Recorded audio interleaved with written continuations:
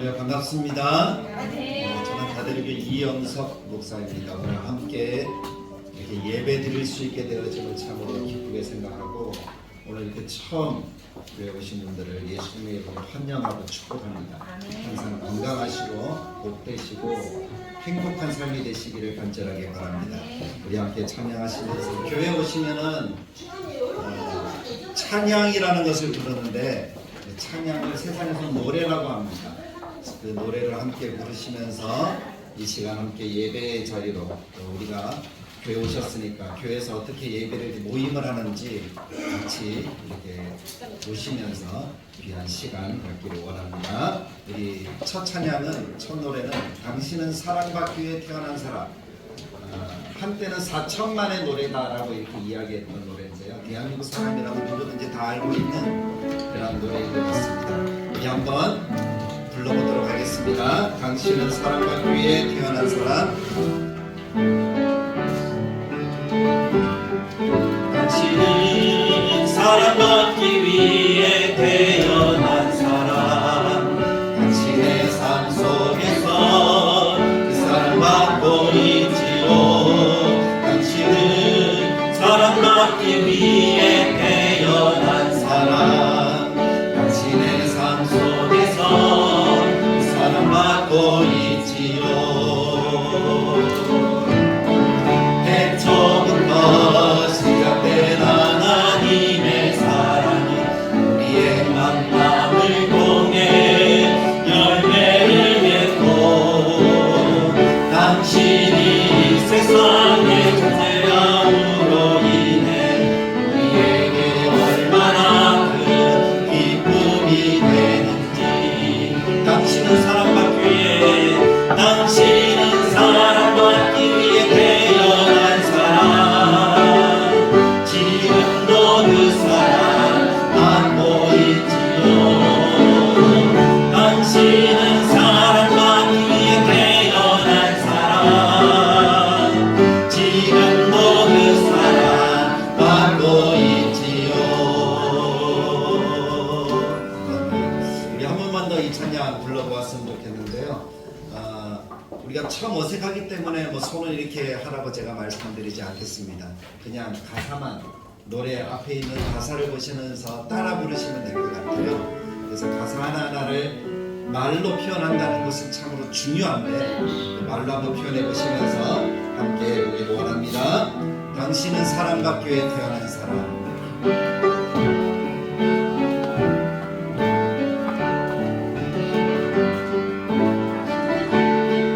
사랑받기 위해 태어난 사람. 당신의 삶 속에서 그 사랑받고 있지요. 당신은 사랑받기 위해 태어난 사람. 당신의 삶 속에서 그 사랑받고 있지요. 태초부터 시작된 하나님의 사랑은 우리의 만남을 통해 열매를 맺고 당신이 이 세상의 존재함으로 인해 우리에게 얼마나 큰 기쁨이 되는지. 당신은 사랑받기 위해 당신은 사랑받기 위해 태어난 사람. 지금도 그 사랑 받고 있지요. 당신은 사랑받기 위해 태어난 사람. 지금도 그 사랑 받고 있지요. 제가 분명하게 이야기 드릴 수 있는 것은 여러분들은 사랑받을 자격이 있다. 사랑받기 위해 태어나셨다는 사실을 기억하는 거예요. 그래서 사랑을 받았다 하는 것을 기억하고 사랑할 수 있는 또 그런 사람들이 되기를 간절하게 바랍니다. 우리 함께 찬양, 교회 오시는 찬양을 배우셔야 되는데 예수 사랑하심을 이라는 찬송을 함께 부르겠는데 이 찬송도 아마 대한민국 사람이라면 다 한 번씩 들어보셨을 그런 찬양인 것 같습니다. 우리 찬송가에도 있는 곡인데요. 같이 찬양하겠습니다. 예수 사랑하심을 성경에서 배웠는데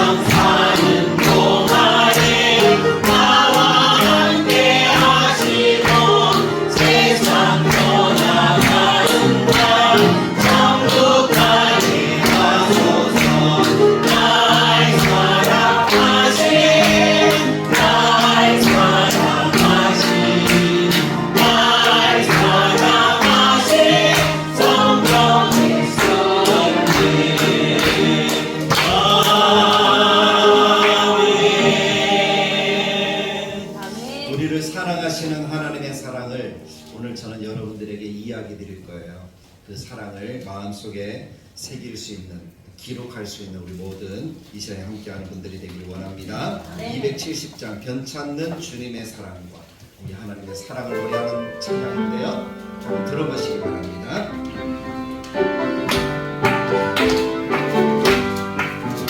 변찮는 주님의 사랑과 거룩한 보혈의 선물을 우리가 찬양을 하시자. 주님을 만나볼 때까지 예수는 우리를 깨끗게 하시는 주시니 주의 피 우리를 눈보다 더 있게 하셨네. 우리를 깨끗게 한 피는 거룩한 생명의 물새 생명의 구원을 받는 자. 하나님 찬양을 합시다. 예수는 우리 주 깨끗게 하시는 주시니 주의 피 우리를 눈보다 더 있게 하셨네. 주님의 거룩한 보혈을 날마다 입으로 한 주님 담대히 싸우며 나가세. 천국에 들어갈 때까지 예수는 우리를 깨끗게 하시는 주시니 주의 피 우리를 눈보다 더 있게 하셨네. 십자가 한마디 붙잡고 날마다 이기며 나가세. 넌 이제 결국한 쓰고서 주 앞에 선할 때까지 예수는 우리를 깨끗게 하시는 주시니 주의 피 우리를 눈보다 더 있게 하시네.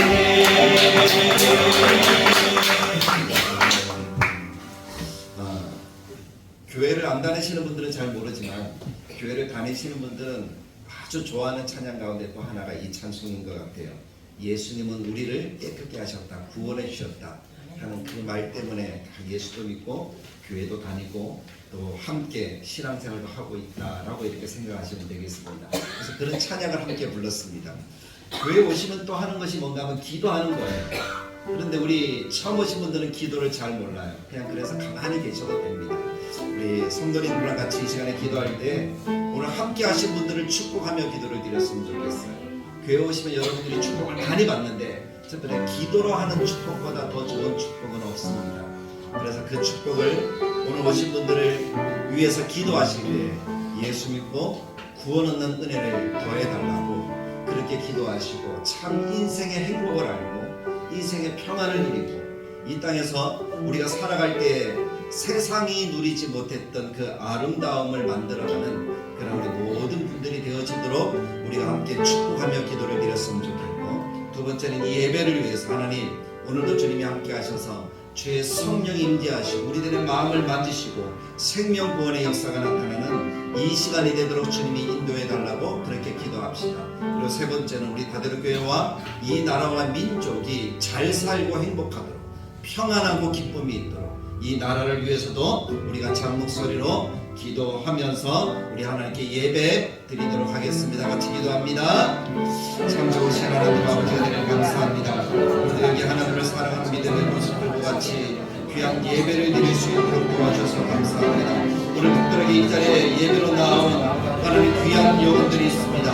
하나님 교회 처음 말을 믿었습니다. 교회를 잘 모릅니다. 예수 믿는 잘 모릅니다. 그러나 이 시간에 함께할 사오니 주의 크신 사랑과 은혜를 더하시사 하나님의 복을 누리게 하시고 예수 믿고 구원의 은혜를 누리게 하시고 예수 생명, 예수 소망, 예수 능력이 하나님 이 자리에 함께하는 모든 이들의 마음속에 생기도록 주님 도와주시고 인도하여 주옵소서. 하나님 우리가 함께 예배할 때 늘 하나님 앞에 나오는 그런 귀한 사람들을 생각할 때마다 긴장이 되어지고 하나님 마음속에 걱정과 염려가 있는 것은 사실이나 하나님 이 시간 함께 하셔서 우리의 마음을 만드시고 우리를 새롭게 하시며 이 자리에 생명 있는 역사가 나타나고 예수 그리스도를 믿고 구원하다 하나님의 나라를 누리고 하나님의 기쁨으로 새로운 삶의 삶, 기쁨의 삶, 소망의 삶, 안전삶, 평안한 삶을 누리는 그런 은혜를 만나게 되어질 줄로 믿습니다. 이 자리에 함께 이 자리에 예배가서 천예들을 드리는 하나님의 귀한 자녀들에게 복을 더하여 주시고 하나님의 축복하셔서 평안을 누리고 행복을 누리고 기쁨과 안정의 삶을 살아갈 수 있도록 도와주시옵소서. 함께하는 모든 성도들에게 은혜를 더하셔서 하나님의 마음의 감동과 하나님께서 기뻐하는 역사를 통하여 함께 생명을 누리는 그런 삶이 되도록 도와주시고 생명권이 얼마나 소중한지 우리의 마음속에 새기게 하시고 우리 하나님 앞에서 아름다운 삶을 살아가게 부족하는 거룩한 은혜의 역사들을 오늘 우리 가운데 더하여 주옵소서. 하나님 친히 임재하셔서 각 사람의 마음을 만지시고 그들의 영혼 속에 하나님의 평강을 더하여 주옵소서.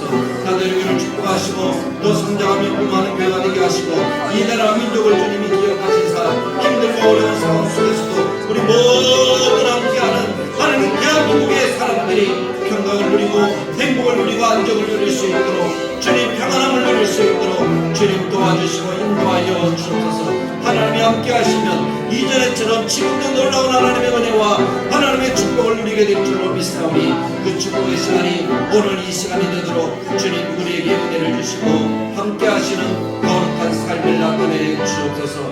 오직 하나님만 영광 받으시고 하나님께만 예배하는 이 시간 되게 하여 주옵소서. 예수님의 이름으로 기도합니다.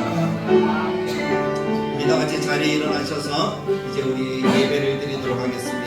예수 사랑합니다 라는 찬양을 함께 드리겠습니다.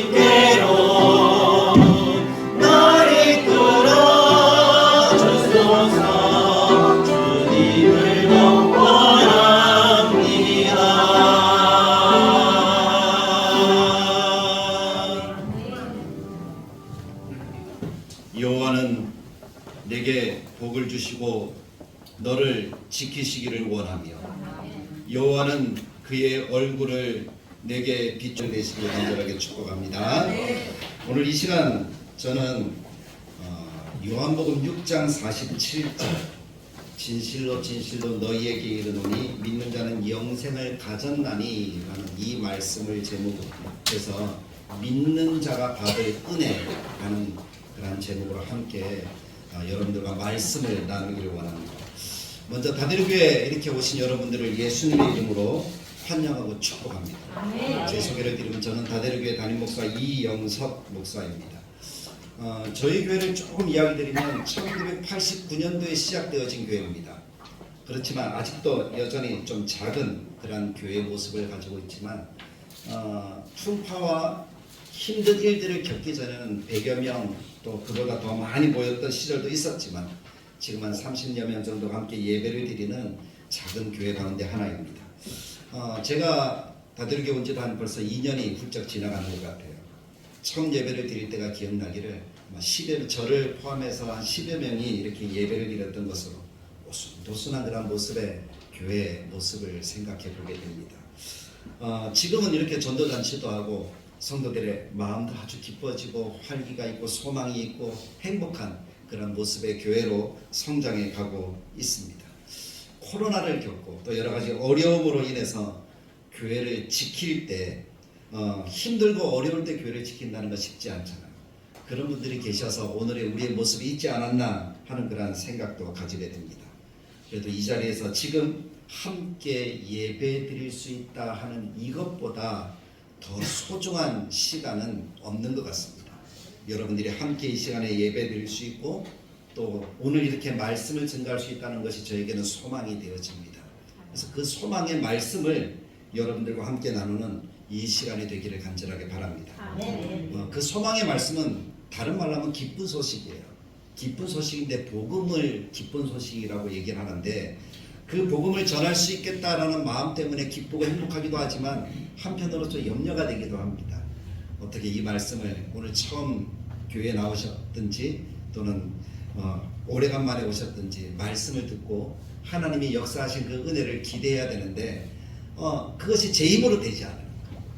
그래서 저는 이 시간 말씀을 전할 때 저의 힘이 아닌 하나님의 은혜가 여러분들의 마음속에 임하여서 여러분들의 귀에 제 이야기가 들려지고 그것이 들려짐으로 인해서 여러분들이 소망을 가지고 구원의 감격을 누리는 이 시간이 되기를 간절하게 축복합니다. 무슨 일이든지 무슨 지식이든지 여러분 들어서 아는 것이잖아요. 성경도 이렇게 얘기해요. 믿음은 들으면서 난다라는 그런 말씀을 하고 있는데 우리가 아는 모든 것들은 처음부터 내가 알고 태어난 것이 하나도 없습니다. 그렇잖아요. 우리 이름조차도 처음부터 누구누구다 하고 듣고 태어났습니까? 아니면 태어나 보니까 이름이 그렇게 지어졌습니까? 태어나 보니까 지어지더라고요. 그것뿐만 아니라 모든 지식과 생활의 모든 것들이 다 우리가 지나면서 들어서 알게 된 것들이 거의 100%입니다. 오늘 복음도 마찬가지예요. 우리가 들어야 되는 성경 말씀도 들었기 때문에 알게 되어진 것이다 라고 성경이 이렇게 이야기를 하더라고요. 그래서 이렇게 이야기를 하죠. 그러므로 믿음은 들음에서 나며 들음은 그리스도의 말씀으로 말미암았느니라 라고 이야기를 하고 있다는 것입니다. 그래서 저는 제가 오래전부터 듣고 우리 성도님들도 들었었고 또 여러분들도 들어야 하는 그런 말씀을 여러분들에게 이야기하고자 합니다. 그것을 풀어나가기 위해서 저는 이렇게 이야기를 해요. 대한민국을 먼저 이야기 드리고 싶어요. 대한민국은 아주 특별한 나라다 라고 생각이 되었습니다.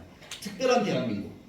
그래서 이 특별한 대한민국이 왜 특별한가 하는 것을 한번 이야기로 풀어가 보고자 합니다. 조선시대를 지나 대한제국이라는 형태의 우리나라의 과도기가 있었잖아요. 그 대한제국을 지나서 대한민국이라는 나라가 지금 이루어져 있습니다. 그것이 우리나라의 근현대사의 역사입니다. 조선, 대한제국, 대한민국. 그 역사 속에서 대한민국은 세상 어느 나라에서도 볼 수 없는 큰 발전을 이루었잖아요. 그것을 세상 사람들은 한각의 기적이니 뭐니 하면서 기적에다가 대한민국의 발전을 이야기를 합니다. 그래서 대한민국이 얼마나 이 땅에서 특별한 나라인가 하면 우리나라는 사실 땅덩어리도 크지도 않고 작잖아요. 지금 21세기를 살아가지만 세계에서 유일한 분단 국가는 어느 나라밖에 없습니까? 한국밖에 없잖아요. 대한민국만 딱 분단되어져서 반은 북한, 반은 남한으로 나눠져 있어요.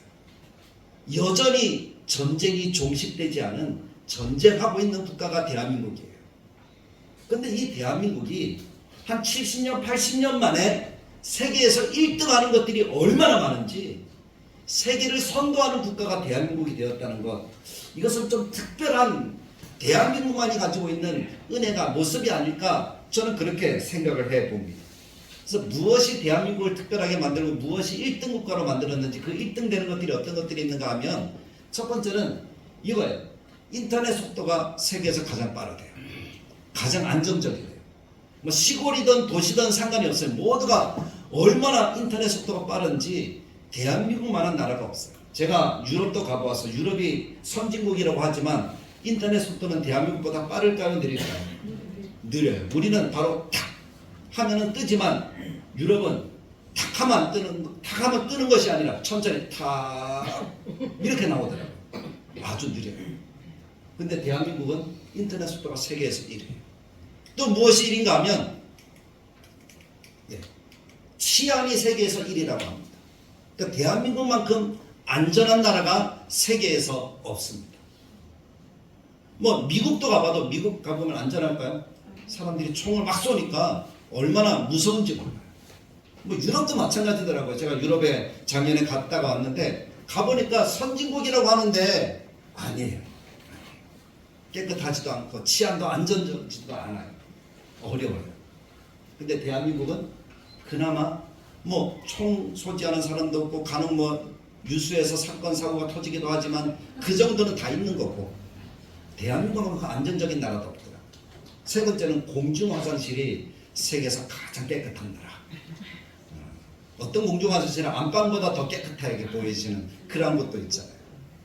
고속도로를 딱 가보면 우리나라 휴게소의 공중 화장실은 어때요? 정말 깨끗하죠. 그런데 독일에 갔었는데 독일이 선진국이잖아요. 화장실이 어땠을까요? 들어가자마자 냄새가 나요. 얼마나 힘든지 몰라요.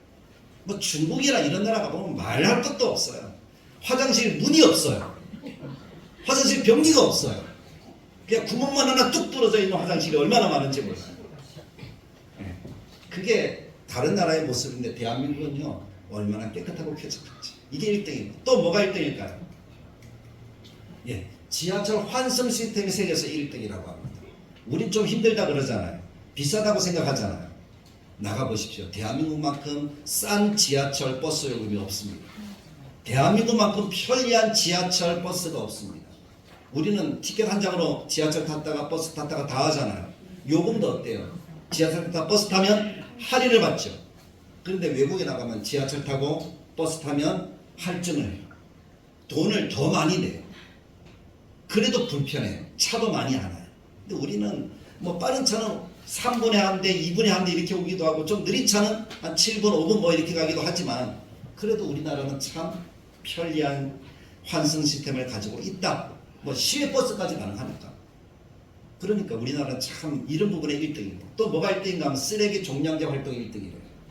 쓰레기를 분리수거 잘하는 나라 일본이 잘할까요? 대한민국이 잘할까요? 어느 나라가 잘할까요? 대한민국이 더 잘한대요. 대한민국만큼 이 재활용 쓰레기를 잘 활용하는 나라도 세상에 없다고 합니다. 또 뭐가 1등일까요? 한 11개 뭐 20가지 정도 되던데 다 줄일 수는 없고 인구 대비 특허 출원이라는 것은 과하게 발전한 나라 그 정도로 열심히 일하는 나라 그리고 배달 문화가 세계에서 1위라고 합니다. 배달 안 되는 게 있습니까? 없습니까? 조금 지나면 집도 배달될 것 같아요. 또 뭐가 있을까요? 그 다음 위조 집회 감별 능력이 1등이고 생수 만드는 능력이 1등이라고 합니다. 물만 나온다 그러면 다 생수잖아요.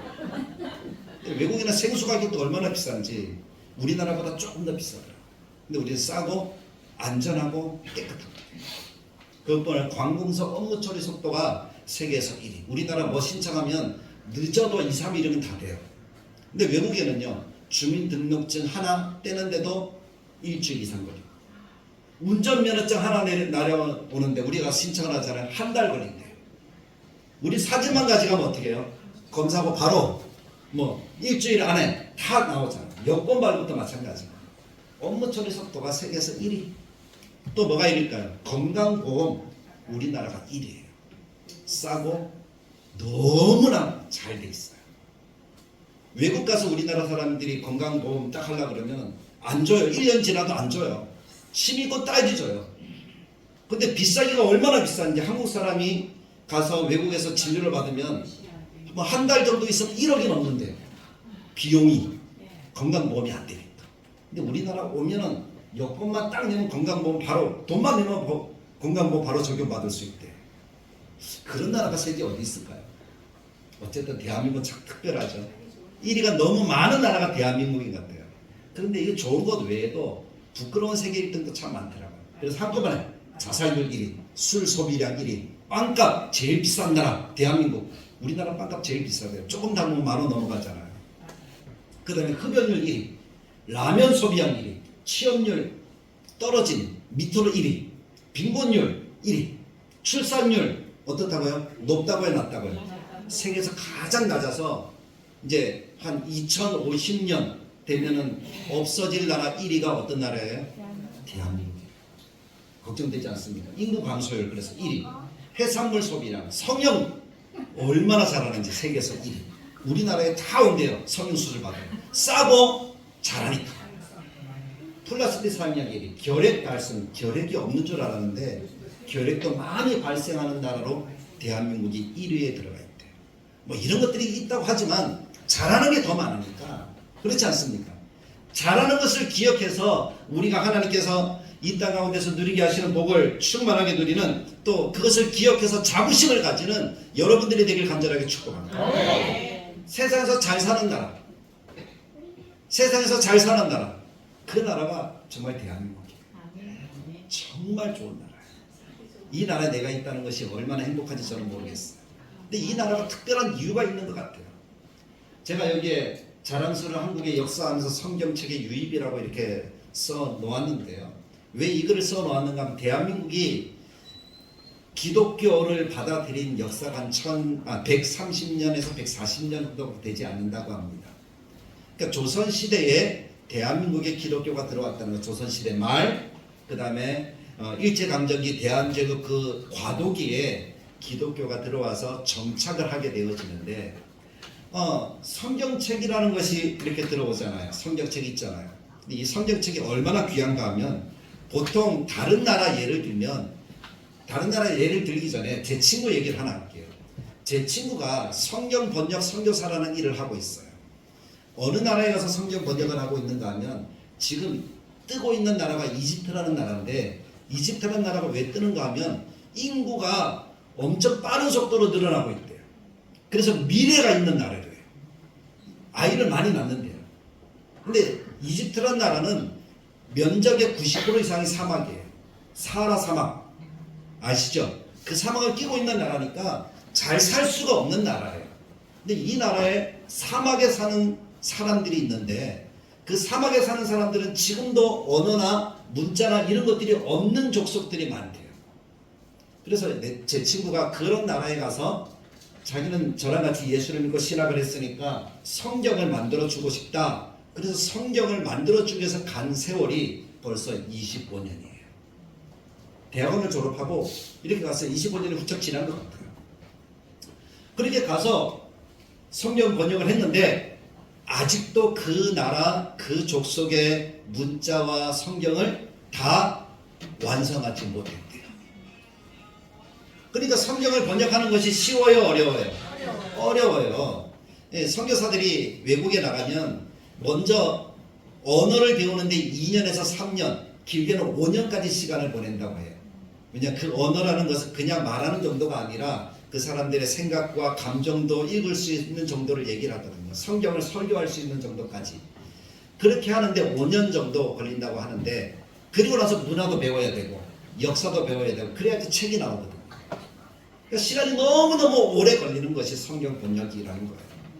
근데 대한민국에 이 복음이 들어올 때, 복음이 들어오기 전에 성경이 먼저 번역된 나라는 세계에서 대한민국이 유일합니다.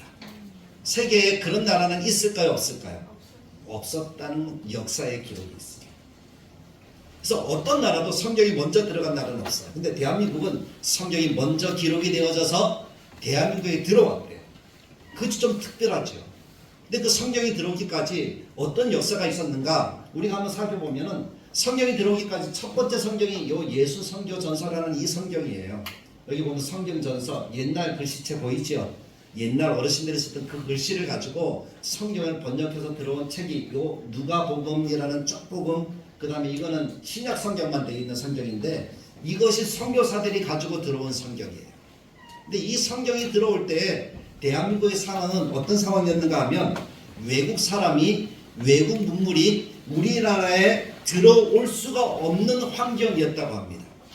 그때가 어떤 시대예요? 조선 말 쇄국 정책을 쓰는 시대니까 외국 문자가 들어오면 안 되는 거예요. 외국 사람이 한글 문자를 가지고 들어와도 안 되는 시절이 그 시대의 시절이었어요. 그러니까 이 성경이 들어올 수가 없어요. 근데 우리나라는 그때 어떤 언어를 주로 쓰고 있었는가 하면 한문이라는 언어를 쓰고 있었잖아요. 그래서 대부분의 사람들은 글씨를 잘 몰라요. 글씨도 모르고 쓸 줄도 모르고 읽을 수도 없어요. 한문은 너무 어려워요. 저도 한문을 공부해 보았지만 너무 어렵잖아요. 지금도 다 몰라요. 예, 중국 사람도 평생을 배워도 한문은 다 못 배운다 그러더라고요. 그 정도로 어려운 문자를 쓰고 있던 나라가 대한민국인데, 그때 대한민국은 세계에서 알려진 나라가 아니에요. 조선이라는 나라는 세상 사람들이 전혀 모르는 시대에 성경이 번역이 되어서. 근데 어떻게 해서 사람들이 알게 됐는가 하면 선교사들이 중국으로 들어가요. 중국은 그때 개방이 한참 이루어지고 있는 시기였으니까 그래서 중국에 선교사들이 많이 들어왔는데, 어디서 이상한 옷을 입은 대한민국 사람들은 주로 어떤 옷을 입어서 하얀 옷을 입고 한복을 입고 머리에는 뭘 써요? 갓을 쓰고 이렇게 살아가잖아요. 이상한 옷을 입고 이상한 모자를 썼어요. 중국에는 그런 옷도 없고 그런 모자도 없어요. 이 사람을 발견했는데 어느 나라 사람인가 알아보니까 조선이라는 나라 사람인데, 조선이라는 나라가 있다라고 이렇게 이야기를 하는 거예요. 아직 한일 합방이 되지 않은 시기였습니다. 그래서 그때 중국에 있던 로스라는 선교사님이라는 분이 계신데, 그분이 조선에 이정응이라는 사람을 만나서 그 사람에게 복음을 전하고 그 사람에게 한글을 배워요. 그래서 그 사람에게 배운 한글을 가지고 여기에 있는 누가복음이라는 성경을 번역하게 되어집니다. 그리고 그것뿐만 아니라 일본에는 어떤 일이 있으면, 일본도 그때는 우리나라보다 훨씬 발전했던 시기고 우리나라를 집어삼킬 정도의 군사력이 있던 시대니까 얼마나 강력했겠어요.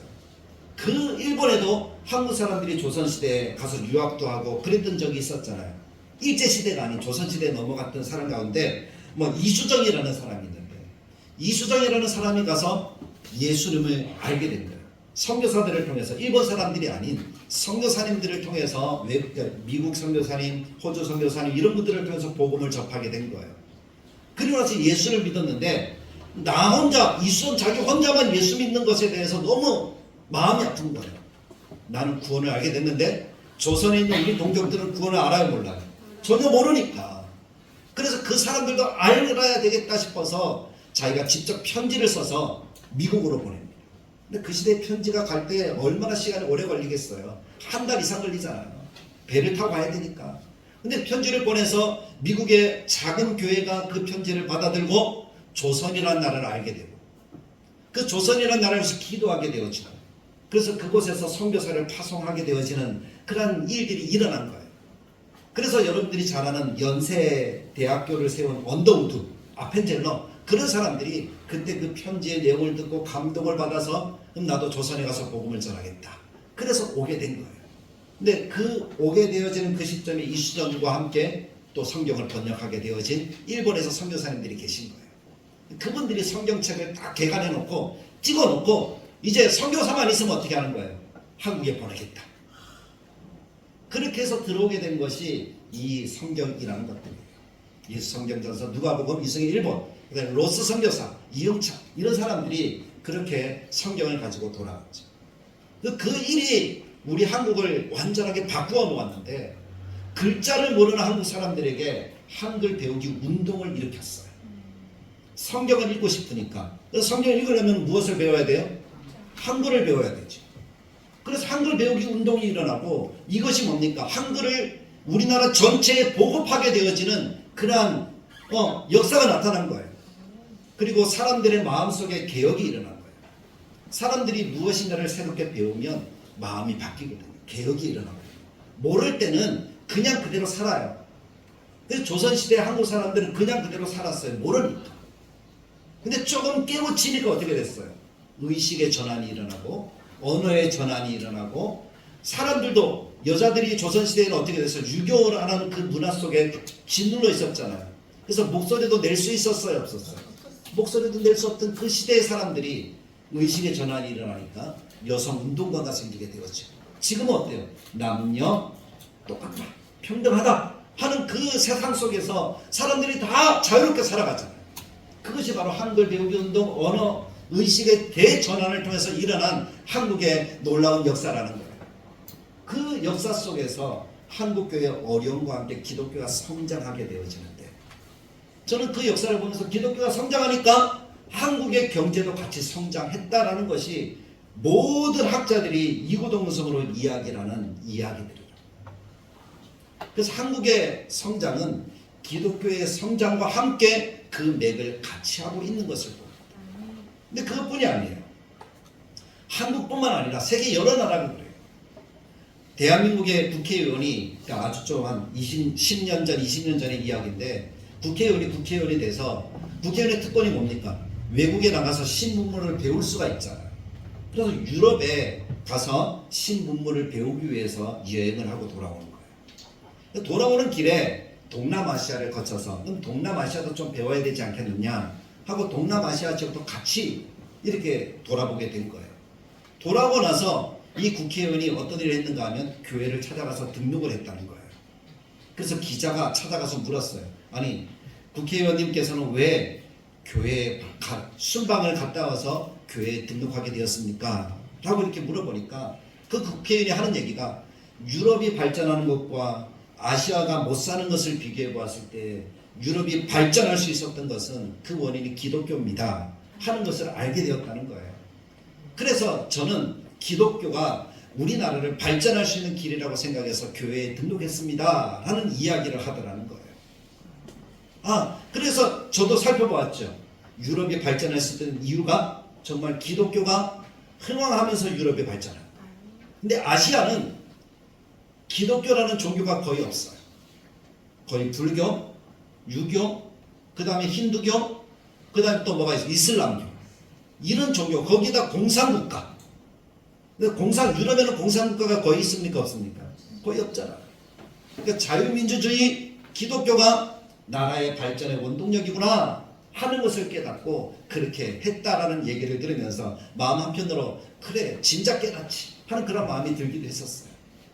어쨌든 그렇게 하나님께서 이 나라를 부흥케 하셨는데, 그 시점에 복음을 전하고 한글을 계몽하던 선교사님이 대한민국의 한 사람을 만나게 되어지는데, 그 사람이 쓰고 있는 것이 이것이었어요. 무엇을 쓰고 있죠? 갓을 쓴 양반을 만난 거예요. 물론 이때 당시에는 갓이 옛날 조선 시대처럼 큰 갓이 뭐 양반이 쓰는 갓이 아니라 대부분의 양반이든 사람들은 이런 갓들을 많이 쓰고 다녔어요. 그래서 갓을 쓴 것을 보면서 선교사님이 이 사람들에게 이야기했던 일화를 읽게 되었었어요. 그 일화 가운데 이런 거예요.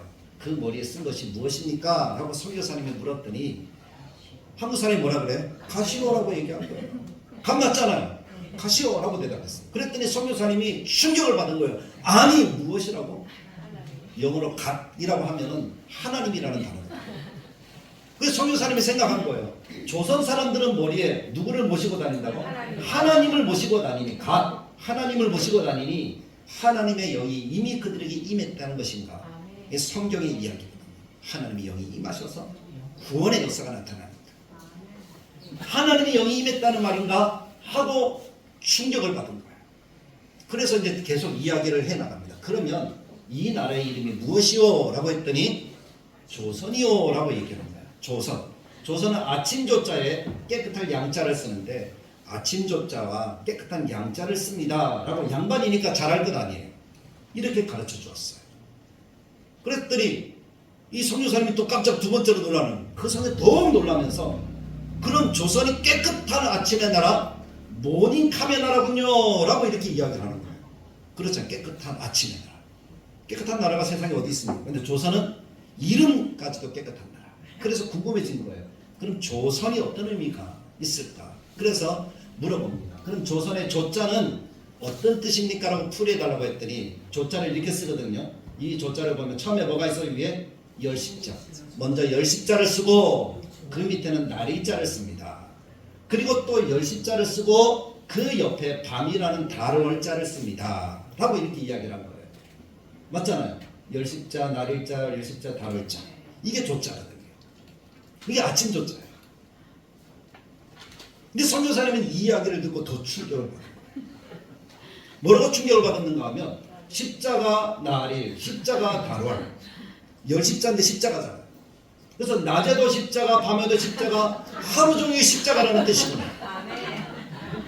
정말 선교사님답죠. 그렇게 해석을 하는 거예요.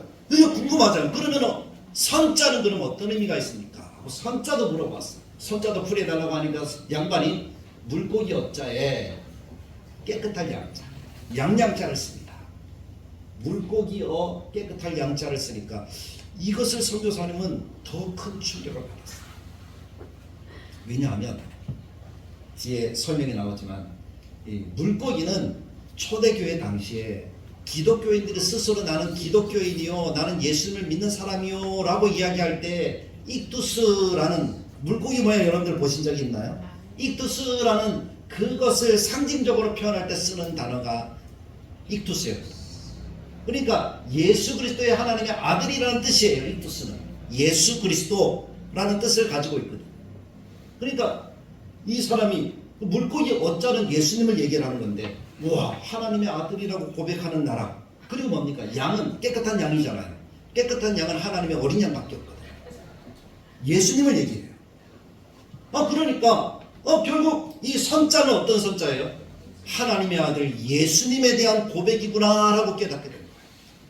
그래서 조선이라는 글자를 해석해 보니까 이름부터 그래요. 낮이나 밤이나 십자가만 바라보며 예수 그리스도는 하나님의 아들이요 우리 구주이신 어린 양이라는 신앙 고백의 이름이 조선이라는 단어에 있구나. 아멘. 실제로 한자를 해석하는 사람들은 이렇게 해석을 한다는 거예요. 근데 조선이라는 그 단어의 의미조차도 정말 엄청난 의미를 가지고 있다는 것이죠. 그래서 한 번 더 물어봅니다. 그럼 조선은 예배해 주신 하나님의 나라인데, 마지막 묻기를, 그럼 조선을 영어로 어떻게 씁니까? 그랬더니 한국 사람이 조선을 영어로 읽어서 조선. 그래서 일본 사람들은 뭐래요? 조센진 이렇게 하죠. 조센 이렇게 하죠. 조선이거든요. 옛날 형태는 이렇게 써서 요새는 이렇게 안 쓰지만 옛날에 조선, 피플, 조선 사람 이렇게 썼어요. 근데 이 영어 단어의 의미가 뭘까요? 조선이라는 chose는 선택된이라는 뜻이고 people은 사람들이라는 뜻이에요. 그러니까 조선을 영어로 쓰니까 선택된 사람, 즉 동방의 선민입니다 라고 고백할 수밖에 없었던 거예요. 그것이 대한민국 조선의 역사. 그러니까 하나님의 특별한 은혜로 구원받았을 뿐만 아니라 성장한 나라가 조선, 대한민국이라는 사실을 우리 역사를 통해서 우리가 자부심을 가질 수 있기를 간절하게 바랍니다. 그래서 하나님이 이 땅에 복음이라는 것을 주셨어요. 복음이라는 것을 주셨어요. 예수 믿게 하고 역사가 70년, 6.25 이후에 대한민국 70년밖에 흐르지 않았잖아요. 그런데 대한민국은 세계의 역사에서 유래를 찾아볼 수 없을 정도로 발전한 나라입니다.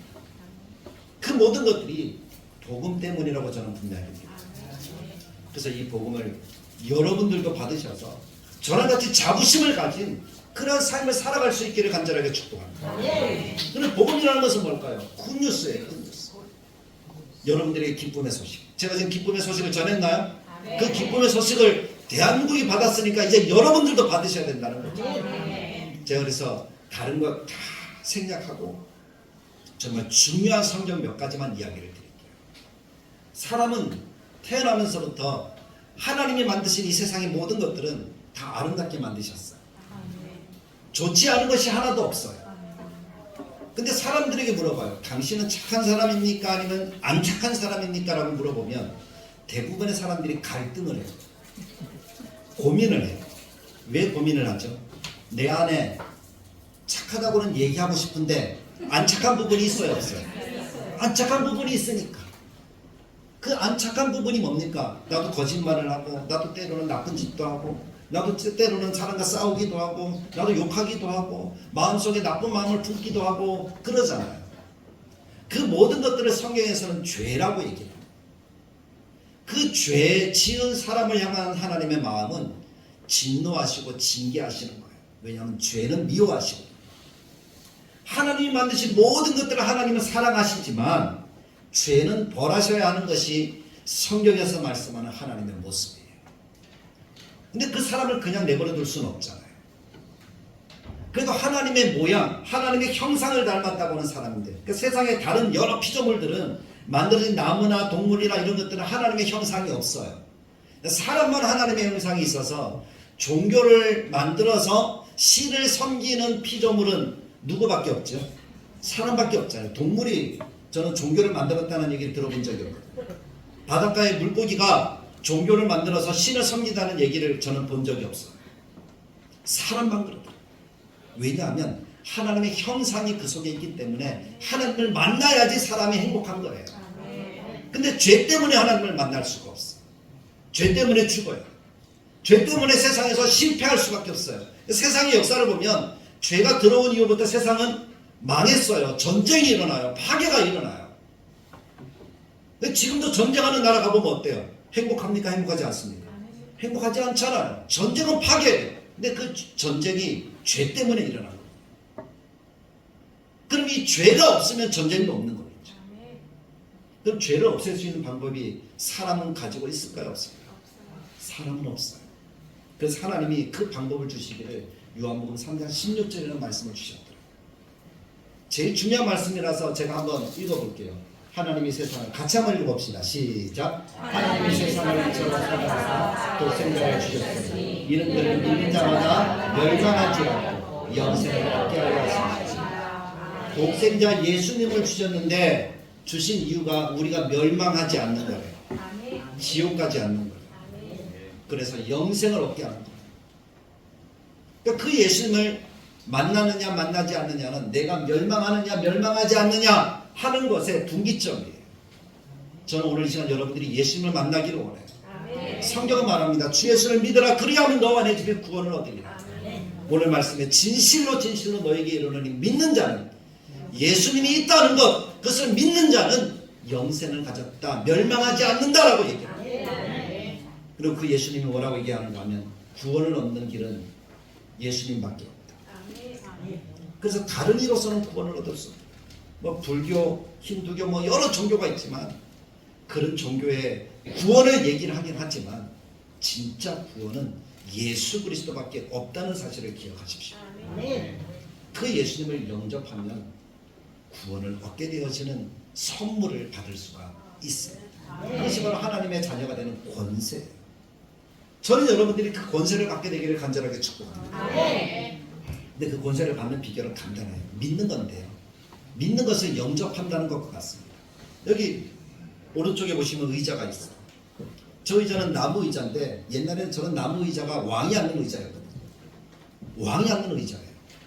근데 제가 저기 앉으면 저는 아주 편안할 거예요. 아프지도 않고 힘들 땀도 안 나고 그럴 거예요. 편안하잖아요. 근데 저는 한 가지 이유 때문에 저 의자에 앉지 못하고 있어요. 편안하지 않아요. 왜 제가 편안하지 않죠? 의자에 앉지 않았습니다.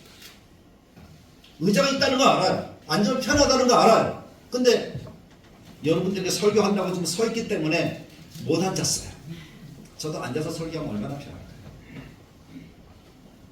믿는다는 것은 그와 같은 거예요. 예수님이 있어서 예수님이 우리에게 구원을 주시고 예수님을 믿으면 내가 멸망하지 않는다는 것을 알아요. 근데 아는 것이 나를 구원 얻는 게 하는 것이 아니라 그분을 영접하는 거예요. 앉는 거예요. 예수님 믿는 거죠. 그것이 내가 예수 믿게 하는 은혜가 되는데 그 예수 믿는 가장 좋은 방법은 이 말씀이더라고요. 같이 한번 읽어볼게요. 시작. 내가 만일 내 입으로 예수를 주로 시인하면 또 하나님께서 그를 죽은 자 가운데 살리신 것을 내 마음에 믿으면 구원을 받으리라. 이 말씀입니다. 그래서 이 뒤에 뭐라고 얘기하는가 하면 마음으로 믿어 의에 이르고 입으로 시인하여 구원에 이른다. 입술로 고백하는 거예요. 고백만 하면 구원 얻는 멸망하지 않는 삶을 행복한 삶을 살아가는 여러분들과 성장하게 되어서 대한민국이 성장했던 것처럼 여러분들의 삶들도 형통하고 행복한 삶을 살아가는 은혜를 하나님이 예비하시고 나누어 주시는 줄 믿습니다. 그러므로 이 시간 예수님을 여러분들이 고백하고 믿기를 간절하게 축복합니다. 쉽다 그랬죠. 따라하기만 하면 되는 거예요. 그래서 저는 여러분들에게 뒤에도 말씀이 있지만 그 말씀을 다 생략하고 마음으로 믿어 의에 이르고 입으로 시인하여 구원에 이른다라는 이 말씀이 여러분들에게 응답되어지는 하나님의 말씀이 되기 위해서 여러분들을 위해서 간단하게 기도를 하나 준비했습니다. 그것을 여러분들이 따라 읽으시면, 따라 하시면 그것이 여러분들에게 구원을 갖다 주는 믿음이 되어지고 그것이 여러분들에게 선물이 되리라고 저는 분명하게 생각을 합니다. 그래서 한번 여러분들이 저를 따라서 해보셨으면 좋겠어요. 내가 잘 된다, 내가 복 받는다, 내가 망하지 않는다 하는 그거 하나만이라도 소망이고 기쁜 소식이잖아요. 그 기쁜 소식을 얻으려면 마음으로 믿어 의에 이르고 입으로 시인하여 구원에 이른다 하는 이 성경의 말씀을 따라서 여러분들이 살아가시면 여러분들에게 주시는 복이 될 줄로 믿습니다. 그래서 한번 여러분 잘 조용히 눈을 감아보시고 저를 따라서 한번 해보십시오. 우리 성도님들은 다 크게 따라서 고백해 주시기를 바랍니다. 주 하나님, 저는 예수님을 영접하고 믿고 싶습니다. 제 마음에 예수님을 모십니다. 제 마음에 들어오셔서 나를 용서해 주시고 나로 하나님의 자녀로 살게 하옵소서. 이제부터 예수님이 내 마음에 영원히 거하시는 줄 믿습니다. 멸망치 않고 영생을 얻는 예수님을 믿습니다. 예수님 이름으로 기도합니다. 간단하지만 이것을 따라하셨다면 예수님이 여러분들의 마음속에 들어가신 줄 믿습니다. 그래서 여러분들이 생명 얻고 구원 얻고 망하지 않는 인생이 되셔서 정말 이 땅에 그 어떤 사람보다 행복한 삶을 살아가는 하나님의 백성이 되기를 주님의 말씀을 따라 간절하게 축복합니다. 여러분에서 축복하며 제가 기도하겠습니다. 참 좋으신 하나님 아버지, 이 시간 하나님의 귀한 축복을 이 자리에 함께한 모든 분들과 나누었습니다. 사람이 잘 되고 사람이 행복하고 사람이 기뻐함을 누리는 것은 하나님의 소원일 뿐만 아니라 이 땅에 살아가는 모든 사람들의 소원인 줄 믿습니다. 근데 그 행복을 찾는 길을 우리는 잘 알지 못합니다. 그러나 성경은 말합니다. 그 길이 예수님이라고 말씀합니다. 조선, 대한민국이라는 나라가 특별한 하나님의 은혜를 누렸던 것처럼 대한민국에 사는 우리 또한 특별한 하나님의 은혜를 누릴 수 있는 복을 우리에게 더하여 주옵소서. 그 길은 인생이 죄로 인해서 마땅히 형벌을 받고 멸망받아야 하지만 하나님의 사랑은 이 인생을 살려주시고 행복한 삶을 허락하시기 위해서 예수님을 보내셨다라고 말씀합니다. 그 예수님을 믿으면, 구원주로 믿으면 우리는 멸망하지 않고 행복을 누리는 사람이 됩니다. 하나님, 이 시간에 우리가 마음으로 또 입술로 따라했던 예수님이 내 마음속에 모시는 이 기도가 우리의 기도가 되게 하셔서 우리로 예수님을 영접하고 예수 믿고 구원 얻는 은혜를 우리에게 더하여 주옵소서.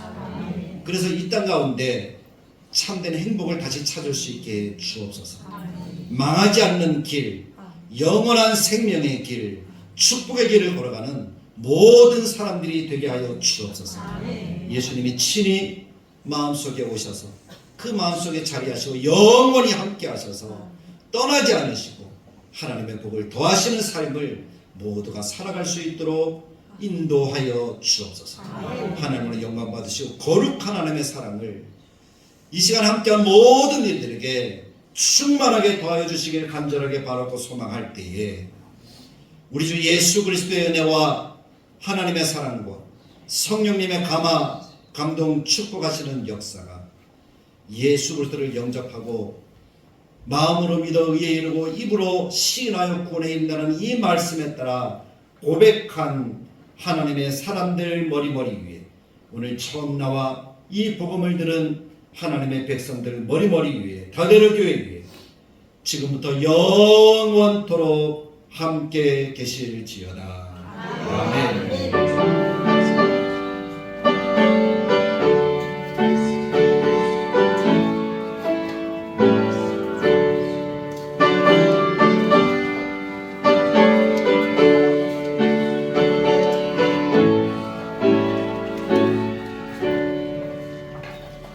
예배를 마쳤습니다. 오늘 처음 오신 분들을 위해서 우리 한 번 더